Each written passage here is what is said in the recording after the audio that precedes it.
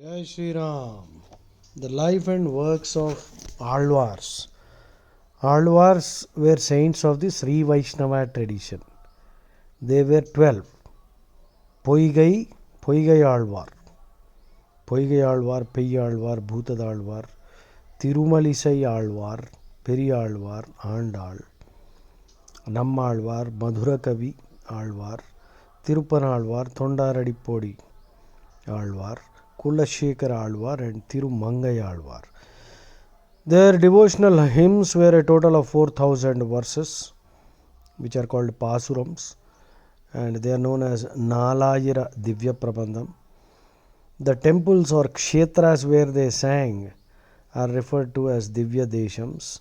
There are 108 such Divya Deshams. And in the Sri Vaishnava tradition, the earlier Alwars were placed in the Dwapara Yugam, some 4,500 years before Christ, and the rest are in Kali Yuga. Alvar means one who delves deeply into something, who is immersed in devotion to Krishna. All the Alvars came from diverse social backgrounds and they were believed to be incarnations of the divine Amsas, like the Panchayudhas of Mahavishnu. Incidentally, the origin of many of them, Poigai Alvar, Peyyalvar, Bhutadalvar, is all shrouded in mystery because we don't have any information about their birth and all that. It is believed that most of them were, they are supposed to have appeared in a basket of flowers or something like that with flowers near the temples. Even Andal, Godadevi, and Tirumalisai Alvar were found. They were foundlings and they were brought up by others. Periyalvar and Madhura Kavi Alvar came from Orthodox Sri Vaishnava families. Tirupanalvar, Tirumalai, they belong to the so-called backward caste. Remember, caste does not exist in Hinduism. Kulashekar Alvar and Tirumangai Alvar were kings. Alvars, their work is accepted as pramanam by the Sri Vaishnavas. Pramanam means proof, on par with the Vedas. They are called the Tamil Vedas or Dravida Vedas. They are believed to be the substance of Vedas in Tamil. The Alvars mention in many places that their verses came from the Lord Himself and they were merely instruments in the hands of the Lord. The Lord revealed this knowledge through them. The works of Alvars is said to be the origin of Sri Sampradayam, believing that Sriman Narayana, Sriyapati, is the ultimate reality. Sri Sampradayam. And all the Alvars believe that the Lord is delighted when he is addressed as Shriyapati. And the easiest way to attain him is through the grace of Sri Mahalakshmi. Natha Muni, a great Vaishnava Acharya, once heard a wandering minstrel singing Nammalvar's Aravamude Pasuram. He was so entranced, and the Pasuram, that song, ended with a reference to 1,000 other verses of the same poet. So he wanted to learn more of Nammalvar's verses, but the singer did not know more than 10. Nathamuni failed to get more of them in spite of his tremendous effort. So he decided to sit at the shrine of Nammalvar in Tirukkurugur, and he meditated on Nammalvar, reciting Madhura Kavi's verses in praise of Nammalvar. Madhura Kavi was the disciple of Nammalvar, and he recited Madhura Kavi's verses in praise of Nammalvar 12,000 times. And Nammalvar, with his boundless mercy, blessed Nathamuni and revealed the entire 4,000 Pasurams. That's why they are called Nalayiram. And so Nathamuni then compiled them into the form in which we know it today. What a wonderful miracle, isn't it? After Nathamuni, Ramanuja systematized his work and introduced the tradition of reciting the Nalayaram along with the Vedas in temples during the Utsavas of the Lord.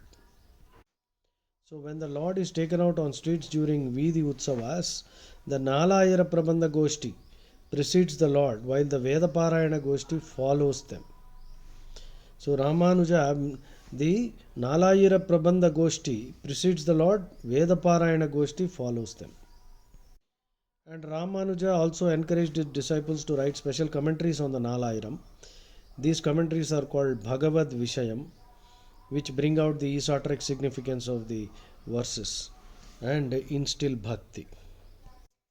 The historical dating of Alwars is a very difficult task because details are not clearly available.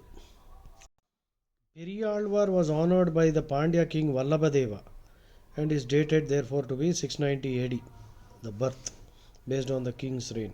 And Andal, his daughter, lived between 716 AD and 735 AD. Poigai, Bhutadalwar and Peyyalwar are called the Mudal Alwars because they came first in the lineage of Alwars.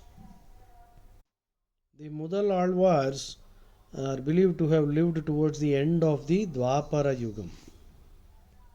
Poigai Alwar is believed to be the Amsa of Srimanarayana's Conch, Panchajanyam. Bhutadalwar is believed to have been born somewhere near Mahabalipuram. Bhutadalwar, his birth is believed to have taken place in a blue lily, and he is believed to be the Amsa of Lord's Gada, Kaumodakam. Peyyalwar is believed to be Sri Krishna's sword, Nandakam, Vishnu's sword, Nandakam. And Peyyalwar is believed to have appeared within a red lily flower inside a well near the Adikeshava Perumal temple in Mylapore. So Peyyalwar was called Peyyalwar because he was so absorbed and lost in bhakti. He had a total disregard for his external appearance. So he was a little bit scary. So Peyyalwar. That's why he was called Peyyalwar. The Ulagalanda Perumal is a Ulagalanda Perumal. I have been there. It's a huge statue of Trivikrama, and this place is very sacred because of its association with the Mudal Alwars. Nammalwar. All the Alwars used to see the Lord in all things around him. Nammalwar used to meditate on Ulagalanda Swarupam. Ulagalanda Swarupam. Tirumalisai Alvar was a contemporary of Poigai and Bhutad and Peyyalwars. So Poigai, Bhutad, Peyyalwars and Tirumalisai were all contemporaries, and they are all placed in the Dwapara Yuga. And Tirumalisai Alvar is believed to be the incarnation of the Sudarshana Chakra, and his father was the great Bhargava Rishi.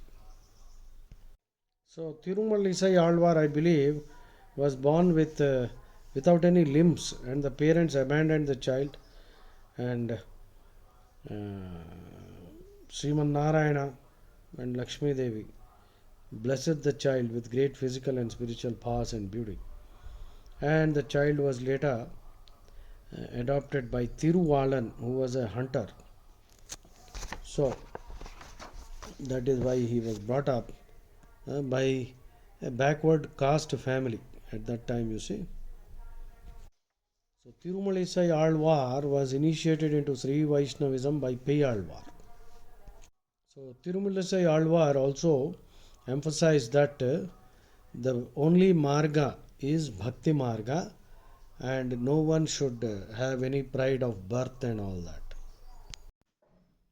See, the Alvars repeatedly also emphasize the point that from the day of your spiritual awakening, you will realize that the Lord resides in your heart and not in any temple. Krishna, Rama, Ranganatha, they reside in our heart and not in any temple. Bhakti destroys all sinful thoughts and vasanas and bestows one with spiritual and material comforts also. It cleanses the heart. Reciting the Lord's name constantly is the way. And everything that happens with the will of the Lord. Bhakti is a one to one relationship with the Lord, and prayer is something personal between the Lord and the Bhakta.